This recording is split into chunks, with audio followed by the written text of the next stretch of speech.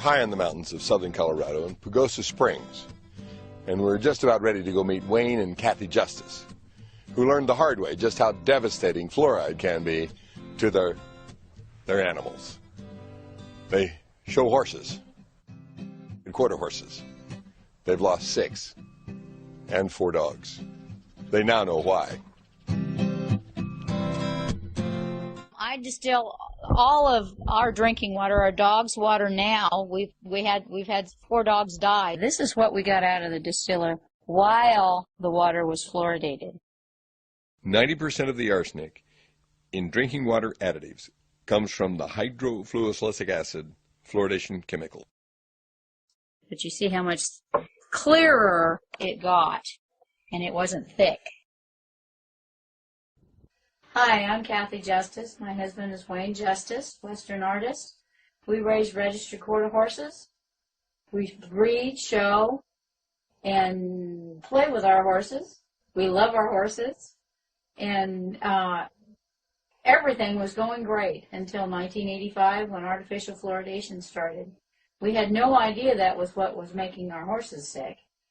So we changed feeds, we did everything, had vets come out, we went to the ends of the earth trying to figure out what was wrong with our horses, and it wasn't until 2002 that my most precious baby doe died. It's hard to talk about it. 6 different vets, 2 of which were at Colorado State University, that had absolutely no clue what was wrong with her.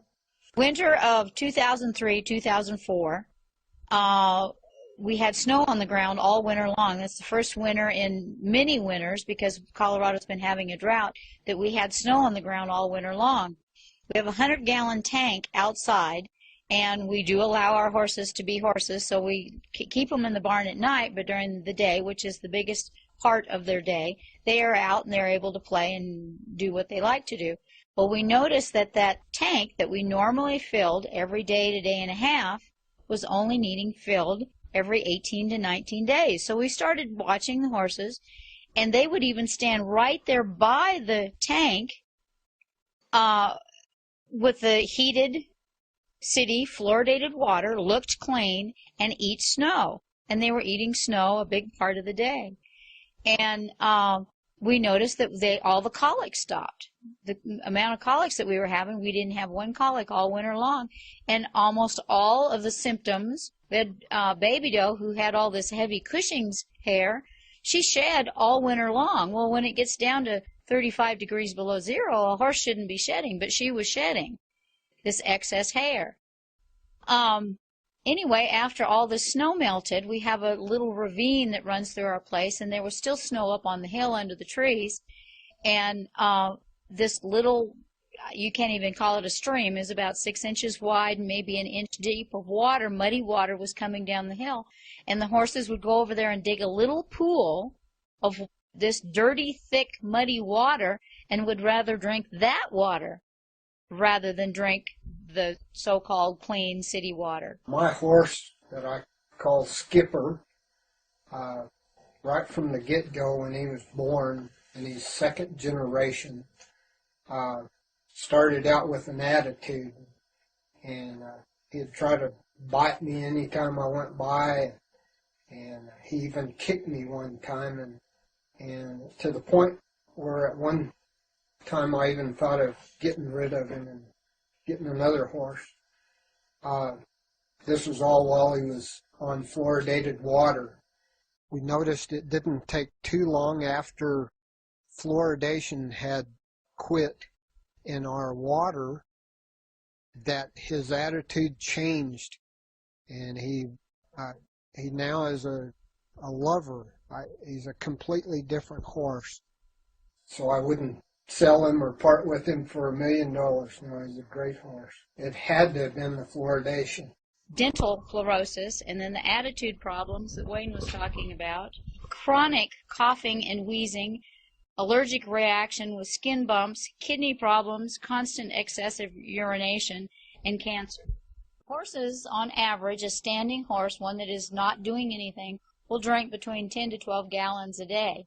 a lactating mare can actually double that amount. Ironic thing is the horses that we had get the sickest, the quickest, were the mares that were lactating, the mares that we had for brood mares. So my husband dug the mare back up, took a leg just below the knee, and sent it to Dr. Crook. To summarize what we found in the Justice horses, 1, there is a source of fluoride, namely the artificial fluoridation of the community water, which is the only source of water for the horses and the only source of fluoride because there is no fluoridated mineral supplements used and there is no fluoride containing fertilizer used on the farm. 2, dental fluorosis. 3, we have the clinical manifestations as documented by Kathy Justice there in numerous pictures, hoof deformities, thickened bones. Then we have chemical analysis of the bone ash from a number of horses. We have radiographic evidences. Now we are up to 3, 4, 5. We have also microscopic evidences of fluoride damage to the bone tissue, also reported allergy reaction to the artificial fluoridation of the community water. So all with the evidences we have accumulated, there can be no doubt at all and stated with reasonable scientific certainty that the Justice horses were and are suffering from chronic fluoride poisoning. It wasn't until we got the scientific paper from Dr. Crook, the first one from Baby Doe, that I sent the water department a letter and told them, this is what you've done to my horses. And they were totally appalled. Second meeting, they were going to educate us how good fluoride was for us. And, of course, the things that they said were basically lies. The fluoridation of the Pagosa area water supply ceased. The citizens stood up and demanded that the water district act responsibly, and thankfully they did. On a sadder note, Skipper, Wayne's $1 million lovable horse, died January 31st of lung cancer. He was only 9 years old. But that's a predictable